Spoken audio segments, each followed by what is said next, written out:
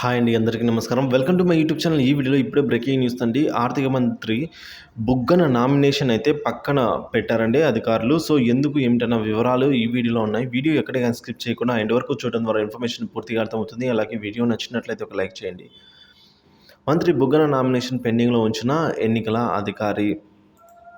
So, ఆర్థిక మంత్రి బుగ్గన రాజేంద్రనాథ్ రెడ్డి మరోసారి డోన్ నుంచి ప్రాతినిధ్యం వహించేందుకు వైకాపా అభ్యర్థిగా నామినేషన్ అయితే దాఖలు చేసిన విషయం తెలిసిందే.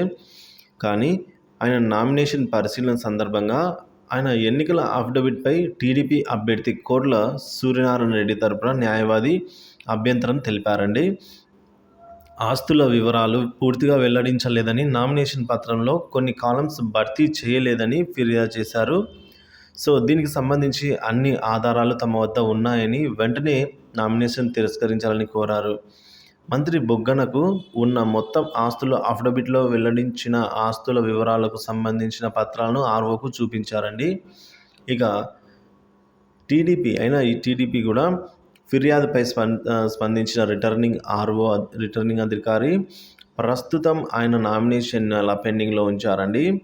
సో, ఏవైతే ఈ ఆరోపణలు అనేవి తొలగిపోతాయో తర్వాత అయితే ఆ నామినేషన్